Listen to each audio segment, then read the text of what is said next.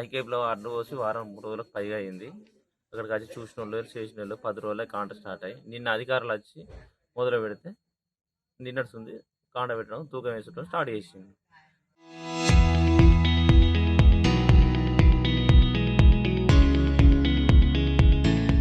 అది వారం రోజుల నుంచి పోసినా అది అక్కడికి వచ్చి చూసినోళ్ళు లేరు, చేసినోళ్ళు లేరు. ఇలా వర్షం కొట్టింది. దాదాపు నేను 3 ట్రిప్పులు అడ్లు వస్తే అందులో ఒక ట్రిప్పు పైగా కొట్టుకుపోయినాయి అడ్లు. వీధి నుంచి వచ్చిన వరదతోటి మొత్తం కొట్టుకుపోయినాయి. అక్కడ కావాల్సి చూసి చాలామంది చూసిండ్రు. నాకు జరిగిన నష్టాన్ని ఎవరు పూడుస్తారు? అక్కడికి వచ్చి చూసిన వాళ్ళు ఎవరు, చేసిన వాళ్ళు. ఐకేపీ వాళ్ళకు చాలాసార్లు మొరబెట్టుకున్నా. వాళ్ళు ఇక చూస్తాం, సాయంత్రం చూస్తాం అంటే పొద్దున చూస్తాం, సాయంత్రం చూస్తాం. అధికారులు అయితే ఎవరైతే కనబడలేరు.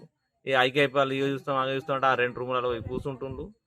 ఒక 4 సార్లు మొత్తుకుంటే అత్తలేరు. వాళ్ళు 10 గంటలకు వస్తున్నా, ఎప్పుడు వస్తున్నా, ఎప్పుడు పోతుందో తెలియదు.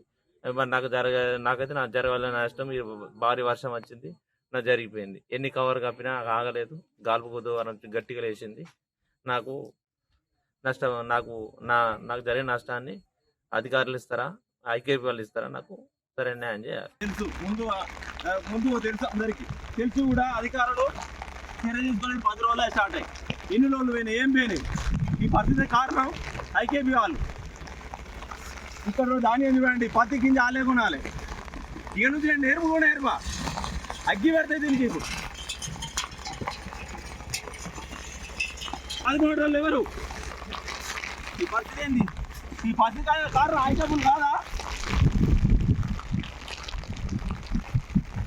బాగా వర్షాలతో వచ్చి ఇట్లా గాడుపు దుమారం వచ్చి మొత్తం ఇంత కాయ నష్టపోయింది సార్. ఇవో చూడరు సార్ మీకు అన్నది వ్యవస్థ చెప్తున్నాను.